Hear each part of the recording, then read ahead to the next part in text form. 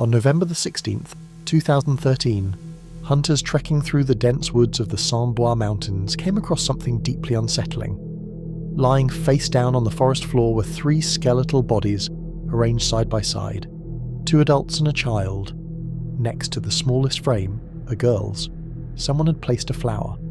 The remains were so decomposed that even determining the cause of death would prove impossible. It took forensic testing until July 2014 to confirm what many had suspected for years. The bones belonged to 44-year-old Bobby Jameson, his wife 40-year-old Sherilyn, and their 6-year-old daughter Madison. They were found just 2.7 miles away from where their pickup truck had been discovered abandoned in 2009. But if the discovery of their bodies closed one chapter, it opened another. What had happened to the Jamesons, and why had they died out in the wilderness in such strange circumstances? Back in October 2009, only days after the family set out for a trip to the mountains, their white pickup truck was discovered on a dirt road near Red Oak, Oklahoma. Oddly, the vehicle wasn't reported to police until October 17th, more than a week later. When investigators finally opened it, what they found was baffling. The truck was fully functional and still had fuel in the tank. Inside, there was a collection of belongings that made little sense. Sherilyn's purse, Bobby's wallet, IDs, both adults' cell phones, a GPS device, maps, coats, and even $32,000 in cash stored in a bank bag. These were not the sorts of items a family would typically abandon. Even stranger, their family dog, starving and malnourished, was discovered alive inside the vehicle.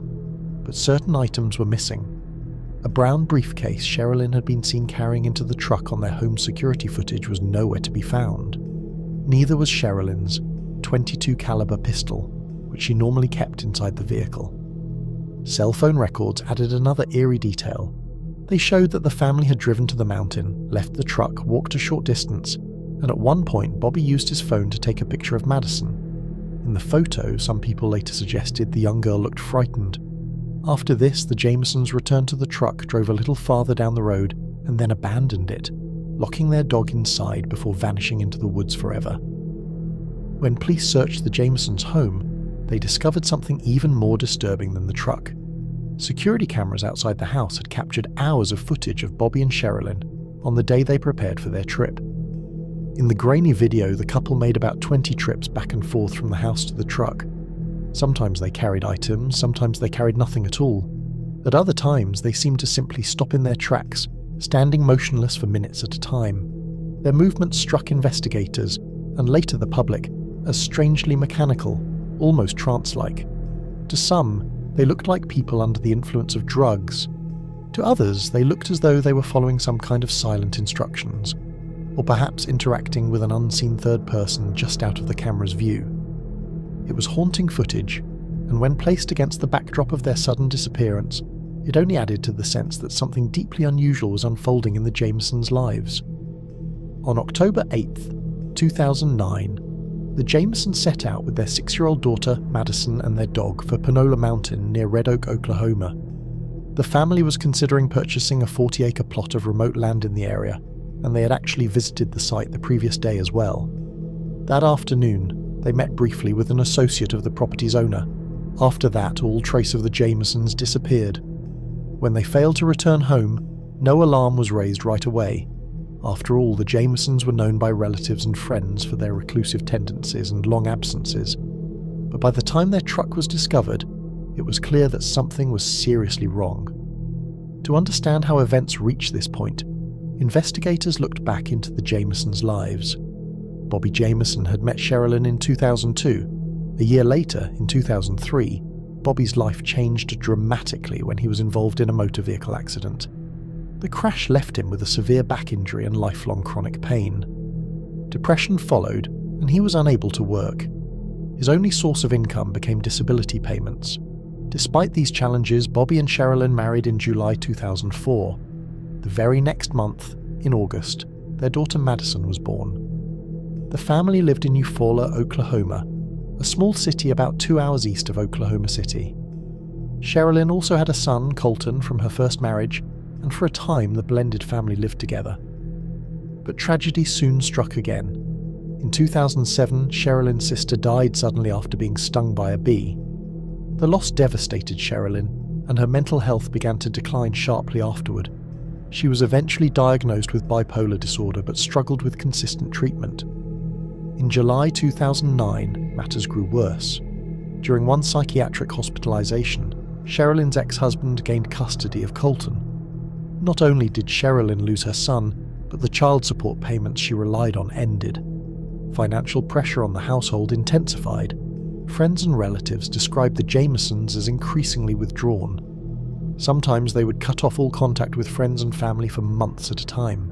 Sherilyn, in particular, was described as someone who could vanish from communication for a year and then reappear as if nothing had happened. By 2009, Bobby and Sherilyn's marriage was faltering badly. Friends described the relationship as in ruins. When investigators searched the home after their disappearance, they found journals filled with Sherilyn's angry writings and an 11-page handwritten letter addressed to Bobby. In it, she accused him of neglecting Madison and demanded a divorce.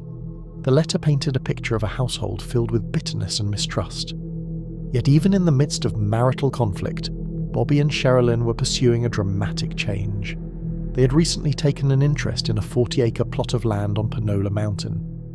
Their plan, if they purchased it, was to move a large storage container they owned onto the property and live inside it as their new home. The area around the mountain, however, had a reputation. Some residents were known to be involved in methamphetamine production.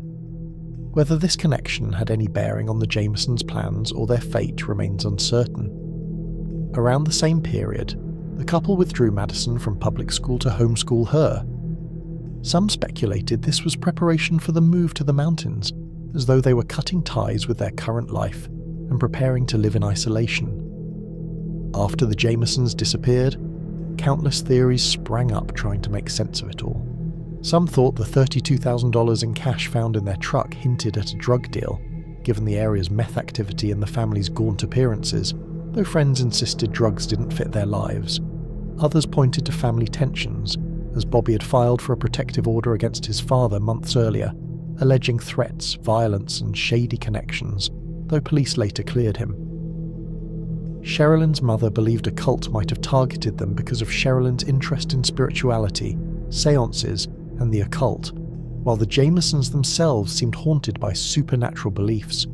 Bobby claimed to see spirits on the roof and searched for special bullets, and Sherilyn said she and Madison could communicate with the dead. An eerie atmosphere friends reportedly felt when visiting their home. Some speculated that Sherilyn's untreated bipolar disorder could have led to a murder-suicide, though her mother doubted she could harm Madison. Despite all these ideas, nothing explains why they left behind their cash, IDs, phones, and dog, why a briefcase and pistol went missing, or who placed a flower beside Madison's remains.